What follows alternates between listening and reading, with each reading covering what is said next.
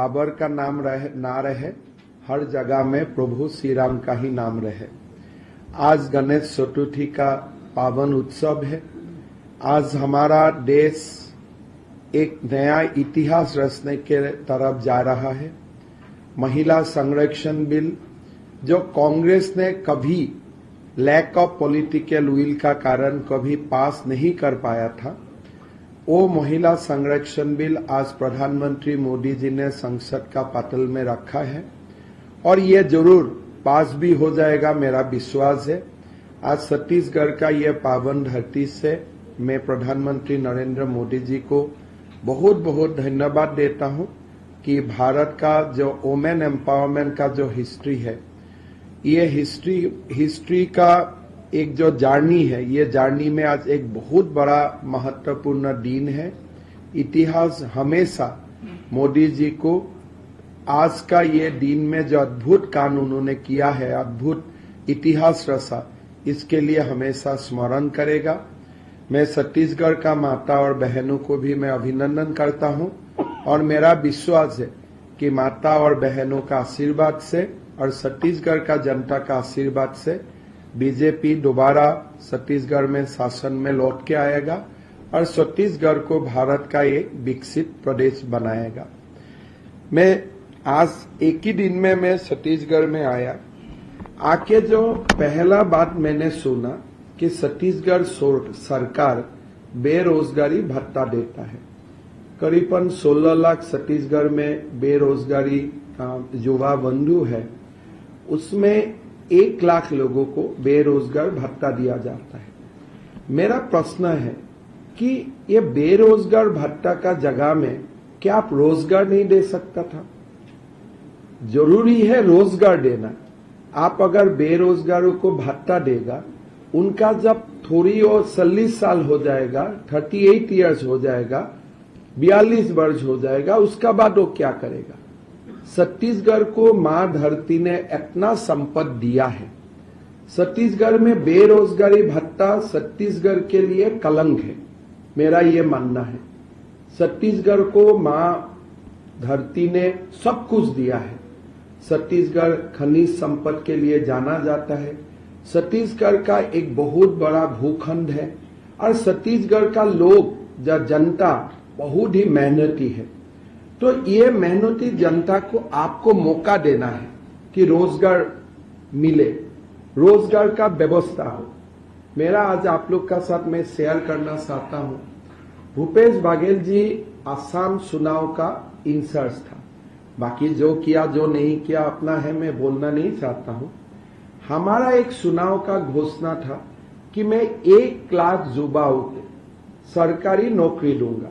ये कोई contractual and casual नहीं, कोई आउटसोर्स नहीं, सीधा मैं सरकारी नौकरी दूंगा। तो बघेल जी सभा में बोला कि ये व्यक्ति पागल हो चुका है, ये क्या संभव है? 1-1.5 साल में ये संभव है? मैंने आज इसको संभव करके दिखाया। 90,000 हुआ। मेरा सरकार 1 साल तो कोविड में फंस गया, 1 साल का मुझको समय मिला, पूरा 90,000 युवा और युवतियों को सरकारी परमानेंट नौकरी, मतलब कोई उधर उधर का नौकरी नहीं है, सरकारी परमानेंट नौकरी हमने दिया। और अमित शाह जी का सामने 90,000 लोग एक ही फील्ड में खड़ा हुआ और सबको हमने उसी जगह में अपॉइंटमेंट लेटर दे दिया। ये 27 मई का बाद है, आप लोग गूगल करके देख सकता है। फिर आया बेरोजगार का बारे में। असम में भी बेरोजगार है। असम और छत्तीसगढ़ का पॉपुलेशन हो या उनका जो एक इकोनॉमी हो, वो लगभग हम लोग का सेम है। हम भी 3,000 रुपया भत्ता दे सकता था, लेकिन 23 तारीख हमने नया योजना का स्टार्ट कर रहा हूं कि हमारा जो बेकार लोग है, उनको पहला साल हम जो पोस्ट ग्रेजुएट बेकार है उनको 5 लाख रुपया दूंगा और जो ITI वगैरह पास किया है उनको 3 लाख रुपया दूंगा और उनका जो थोड़ा सा वो बिजनेस में आगे बढ़ जाएगा, अगले साल उनको हम लोग बैंक का साथ लिंकेज कर देगा और बैंक का जो इंटरेस्ट है वो सरकार पे करेगा। पहला जो 3 लाख और 5 लाख होगा वो तो सरकार डायरेक्टली दे देगा, बैंक अकाउंट में उनका हम लोग दे दूंगा। 1 महीना का ट्रेनिंग होगा, 10,000 रुपया ट्रेनिंग का समय में मिलेगा। और जब ट्रेनिंग हो जाएगा, ट्रेनिंग समाप्त हो जाएगा, उसका तुरंत बाद हम उनको उनका बैंक अकाउंट में पैसा दे दूंगा। 3 लाख होगा, 5 लाख होगा। अगर ITI पास है तो 3 लाख, अगर आपने इंजीनियरिंग पास किया है तो 5 लाख, और नॉर्मल जुबा है तो 3 लाख। जो नॉर्मल जुबा है, मैट्रिक पास भी हो सकता है, मैट्रिक फेल भी हो सकता है। लेकिन यही पैसा हम बेरोजगार भत्ता भी दे सकता था। लेकिन बेरोजगारों को भत्ता देने का जगह में अगर हम रोजगार का स्कीम निकालते थे, वो सबसे बढ़िया होता था। छत्तीसगढ़ में भूपेश बघेल जी ने अक्सर स्कीम का निर्माण किया कि घर घर जाके दारू पहुंचा दो। उसका जगह में अगर आप एक रोजगार का बड़ा स्कीम आप बना लेता था तो लोगों का कल्याण नहीं चाहिए, हमें रोजगार चाहिए। ये मैं बघेल जी को बोलना चाहता हूं कि आप रोजगार का बात करो, बेरोजगार बात मत करो। 10 लाख लोग हैं, 1 लाख को बेरोजगारी भत्ता देते हो और रोजगार का कुछ बातें नहीं करते हो। साइन बोर्ड लगाते हो कि मैंने 5 लाख युवकों को रोजगार दिया, और विधानसभा में जब प्रश्न आते हैं तो अब 26,000 लोगों को 5 साल में सरकारी नौकरी दिया, 10,000 को आपने कॉन्ट्रेक्चुअल जॉब दिया। लेकिन आपका और जीडीपी, मेरा जीडीपी एक है, आपका बजट और मेरा बजट एक है। असम में हम हर माताओं का 35 लाख माताओं का बैंक अकाउंट में हम 1250 रुपया हर महीना का 10 तारीख डालता हूं। जो वादा किया चुनाव का समय कर दिया। मध्य प्रदेश से मैं कल आया, 1.5 करोड़ माता बहनों का बैंक अकाउंट में 1250 रुपया दिया जाता है, जिससे माताओं और बहनों का सम्मान बढ़ा। आज तेलंगाना में राहुल गांधी बोला है कि तेलंगाना में अगर कांग्रेस सरकार आएगा, हम 2,500 माताओं और बहनों का बैंक अकाउंट में दूंगा। तेलंगाना में आप देख सकता है छत्तीसगढ़ का मां और बहनों ने क्या गुनाह किया। आप आधिकारिक रूप से CWC का बात, भूपेश बघेल जी भी CWC में था, हैदराबाद में CWC हुआ। भूपेश बघेल जी का सामने रिजोल्यूशन पास किया गया कि तेलंगाना का अगर चुनाव हम जीते तो तेलंगाना का मां और बहनों को 2,500 रुपया प्रति मास बैंक अकाउंट में मिलेगा। हम स्वागत करता हूं, अगर मिलता है तो हमारे लिए ठीक बात है। लेकिन अब छत्तीसगढ़ में 5 साल सरकार चलाया, छत्तीसगढ़ का मां और बहन ने आपका साथ क्या नाइंसाफी किया? आप क्यों उनका बैंक अकाउंट में नहीं डालते हो? ये प्रश्न आज छत्तीसगढ़ का मां और बहन को भूपेश बघेल जी से करना चाहिए। And they are on record. ये मैं बना के बोला हूं वो बात नहीं है। फिर आप सब लोग जानते हैं कि जैसे कृषक सम्मान निधि होता है, मोदी जी 6,000 रुपया देता है कृषक को, हम लोग उसका ऊपर टॉप अप करता हूं। अगर प्रधानमंत्री आयुष्मान भारत योजना होता है तो हम लोग उसका ऊपर टॉप अप करता हूं। लेकिन मूलभूत जो सुविधा आते हैं वो प्रधानमंत्री जी से आते हैं और हम उनका ऊपर टॉप अप करता हूं। आप छत्तीसगढ़ का जनता से प्रधानमंत्री जी धान खरीदता है, 2100 रुपया, इस बार 2160 रुपया देगा। आप टॉप अप करता है, लेकिन टॉप अप का नाम आप राजीव गांधी न्याय योजना बना दिया। नरेंद्र मोदी जी ने नरेंद्र मोदी तो स्कीम नाम में तो स्कीम नहीं निकाला। जो 2100 रुपया देता है या लास्ट ईयर 2040 रुपया दिया, वो जो सरकार से वो पैसा आते हैं उन्होंने अपना नाम नहीं डाला, लेकिन आप 600 रुपया देते हैं और आप उसका ऊपर राजीव गांधी का नाम लेके आया। ये तो छत्तीसगढ़ का जनता का मेहनत का पैसा है, इसमें राजीव गांधी कहां से आ गया? क्या राजीव गांधी कुछ दान देता है? क्या राजीव गांधी फाउंडेशन से कुछ पैसा आते हैं या सोनिया गांधी फाउंडेशन से कुछ पैसा आते हैं? ये तो छत्तीसगढ़ न्याय योजना नाम दो। अगर आपको देना ही है, बोलो प्रधानमंत्री का साथ हम लोग मिल के ये स्कीम छत्तीसगढ़ का कृषकों के लिए कर रहा है, कोई आपत्ति नहीं है। प्रधानमंत्री आवास योजना का नाम है प्रधानमंत्री एक इंस्टीट्यूशन है, आप आवास योजना ही बंद कर देते हो, लेकिन पूरा सब छत्तीसगढ़ में कोई फॉरेस्ट भी है और राहुल गांधी क्या राजीव गांधी स्मृति वन नाम निकाल जाते हो। आप प्रधानमंत्री नाम से आपका गुस्सा है, जो इंस्टीट्यूशन है, लेकिन हर जगह में कोई भी नया इमारत होगा छत्तीसगढ़ का मेहनती जनता का टैक्स का पैसा से आप नाम खड़ा कर देते हो गांधी का। ये कैसा बात, कैसा सरकार है, ये सरकार कैसे चल रहा है। भूपेश बघेल जी बोलता है कि मैं हिंदू हूं। अगर आप हिंदू है, बोलता है मैं गौ सेवा करता हूं, सब कुछ है, लेकिन आज भारत में इंडी गठबंधन होने का बाद जो भारत में एक सनातन विरोधी माहौल बनाया जा रहा है, कांग्रेस का अध्यक्ष का बेटा ने बोलता है कि हिंदू धर्म को खत्म कर देना चाहिए।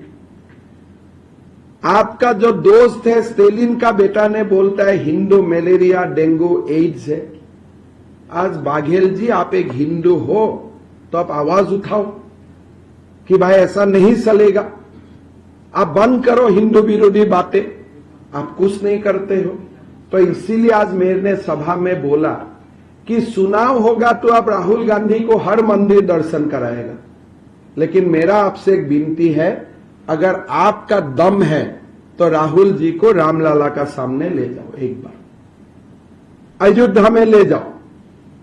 वो नहीं जाएगा, सोनिया गांधी भी नहीं जाएगा, किसलिए बाबर लोग नाराज हो जाएगा, तो इसीलिए वो मंदिर रामलला का सामने उनको लेके नहीं जा सकता है। तो भूपेश बघेल जी और कमलनाथ जी को मेरा ओपन चैलेंज है, अगर आप लोग चुनावी हिंदू नहीं है, एक बार के लिए रामलला का सामने राहुल गांधी और सोनिया गांधी को लेके जाइए। मैं मानूंगा कि आप सचमुच कांग्रेस में कुछ बसे कुसे हिंदू नेताओं का बीच सकते हो। आज जब पाकिस्तान मुर्दाबाद बोलने का कारण बेटियों का हत्या होता है, तब उसका खिलाफ आज आवाज नहीं उठाते हो। जो छत्तीसगढ़ का भोले भाले हमारा जनजातीय लोगों का धर्मांतरण होता है, तब आवाज नहीं उठाते हो। और आप पूरा फॉरेस्ट को ही आप बाबर को देके रखा है छत्तीसगढ़ का। आप छत्तीसगढ़ का सर्वनाश मत कीजिए, जनजातियों में धर्मांतरण रुके। और अभी आप तो नहीं रुका, तो हम ही आएगा, हम ही रुक लेगा। अभी थोड़ी ही दिन बचे हैं, तो भूपेश बघेल जी आप जाने के लिए तैयार हो जाओ। इतना ही मेरा बोलना है। आप लोग को कुछ प्रश्न है तो पूछिए। बाबर तो भारत में था ही ना। मैं कौन हूं? आप और मैं कुछ हूं? बाबर को हटा के ही तो रामलला बैठा ना वहां में अयोध्या में। हम तो इतिहास ही गिना रहा हूं, मैं तो इतिहास नहीं लिख रहा हूं ना। इतिहास तो मोदी जी संसद में लिख रहे हैं, मैं खाली इतिहास का बाद आप लोग को गिना रहा हूं। यहाँ के संदर्भ में बाबर का जिक्र क्यों आ रहा है बार-बार? बाबर का ही जिक्र आता है अभी भारत में। जैसे आपने भारत में देखा कि किसी ने भी एक धर्म का खिलाफ बोलता है तो उनको सरतन जुदा हो जाता है, लेकिन हिंदू का खिलाफ बोलने से कुछ नहीं होता है। तो ये मैं भारत का ही गाथा आपको बोल रहा हूं, मैं कई संग्रलोक का गाथा आपको नहीं गिना रहा हूं। ये भारत का ही हकीकत में गा रहा हूं आपका सामने। पाकिस्तान मुर्दाबाद बोलने से लोगों को, बेटियों को मारना, ये भारत का ही इतिहास है। ये मैं कोई आपको अमेरिका का इतिहास नहीं बोल रहा। आप कांग्रेस पार्टी से बीजेपी में आए हैं, कांग्रेस लिबरल पार्टी है, लेकिन आप बीजेपी में आने के बाद आप कहीं ज्यादा हिंदुत्व की बातें कर रहे हैं। और बीजेपी के भीतर ये कहा जाता है कि जो पुराने नेता रहे हैं, जो हिंदुत्व के समर्थक रहे हैं, उनसे ज्यादा कट्टर आप हो रहे हैं। आप तो कभी कांग्रेस में नहीं था। आप कांग्रेस लिबरल है वो आपको कैसे मालूम है? कहाँ आइडियोलॉजी है कांग्रेस का? नहीं, वही इसीलिए आप कृपा करके सर्टिफिकेट मत दीजिए कि कांग्रेस लिबरल है। कांग्रेस जैसा कट्टर फंडामेंटल तुष्टीकरण का पार्टी दुनिया में और कुछ भी नहीं है। वही है एकमात्र कम्युनल पार्टी आज का देश में। नहीं तो राम मंदिर का ताला और रामलला कभी भी बैठ जाता था। नरेंद्र मोदी जी के लिए इंतजार नहीं होता था। तो इसीलिए मैं कांग्रेस में एक कम्युनल वातावरण में रहा और बीजेपी में आके सर्वधर्म समभाव वसुधैव कुटुंबकम और सबका साथ सबका विकास सीखा। एक एक करके आराम से आप लोग समझ। हाँ हाँ एकदम आराम से। हिंदू और हिंदूवादी, उन्होंने कहा हिंदूवादी का विरोध करता हूं, हिंदू का नहीं। नहीं, आप जो हिंदूवादी को डेंगू मलेरिया बताया कि हिंदू को बताया? ये किसने बताया आपको? भूपेश जी ने बताया ना।